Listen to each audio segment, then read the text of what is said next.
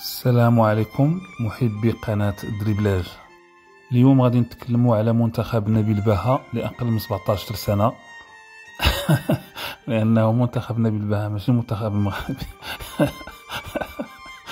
ومن بعد غنتكلموا على المنتخب المغربي الكبار اللي واجه موزمبيق بطنجة. باش نكونوا صرحاء، المنتخب اللي دخل به نبيل بها اليوم كان أحسن من المباراة الثلاث اللي دوز.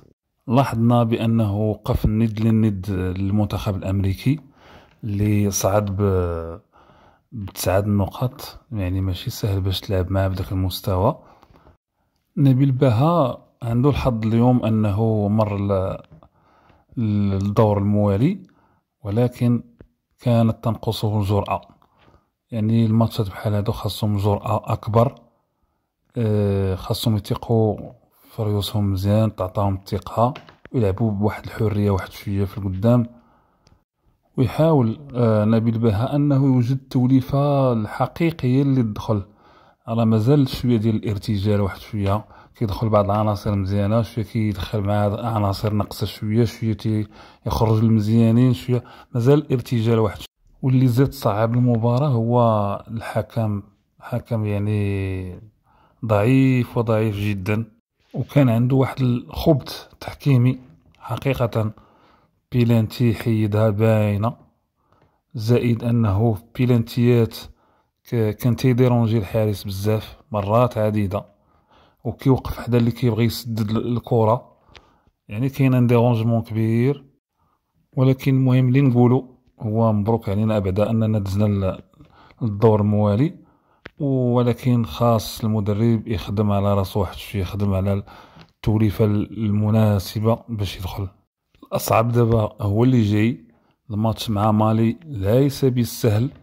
مالي يعني خصم كبير وكبير جدا، سبق له قصانا في كأس العالم الماضية. ولكن حقيقة أنا اليوم اللي كيهمني هو الماتش ديال الكبار ديال الركراكي. أما ديال نبيل بها يعني دوماج، صافي التشكيلة اللي دا هي هذيك، داكشي الخطط التكتيكية اللي عنده هي هذيك، صعيب باش تشونجي بين عشية وضحاها. كنتمنوا ليه التوفيق. بالنسبة لراس لافوكا، هاي فريمون دوماج. يعني انا بالنسبة ليا دوك العناصر اللي اختار سكيتيوي، كون مشاو كون لعبوه هما كاس افريقيا، والركراكي يلعب كاس العرب، وخليو الركراكي لكاس العالم احسن. اما نورمالمون العناصر اللي يلعبوا افريقيا راه هما ديو طريق سكيتيوي. ما فهمتش انا هاد السيد هذا مازال كيجرب اللعابه دابا، وما بقى ليه والو.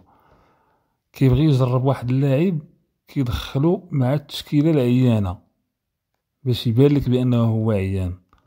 المشكله الكبيره اللي كتلخص يعني هاد الشيء ديال الركراكي، المستوى العيان، هو ان الربع الاخير من الملعب في اتجاه الخصم، يعني الربع الاخير اللي تيكون فيه مهاجمين، تيكون عامر بزاف باللاعبين. كاين المهاجم، وكاين وسط الميدان، وكاينين لي زيلي ضربة وكوش، ومازال كيطلع اليميق وكلشي باغي ماركي. علاش الزلزولي كيتألق مثلا في بيتي السيفي؟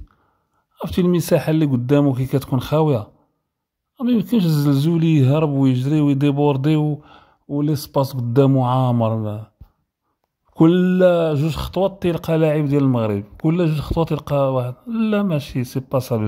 وكيزيد يدخل عاوتاني حتى النحلة حتى هو تيبغي يدخل ويماركي، من حقه يماركي، ولكن تما ديك بلاصة عامرة بزاف. ها عبد القادر دياز، ها كلشي باغي يماركي. وراه نفس الشيء اللي كيوقع لرحيمي في العين، راه كيعطيو اسباس تيلعب فيه مزيان، وهما كيخدموا على هداكشي باش كيولي كيبدع وكيلقى فراغات وتيلقى. اما بحال هنا كيحطوه في واحد ليسباس ضيق، سي نورمال ما يمكنش يعطيك لا هو لا الكعبي لا شحال من واحد، يعني داكشي مسدود فاهمي.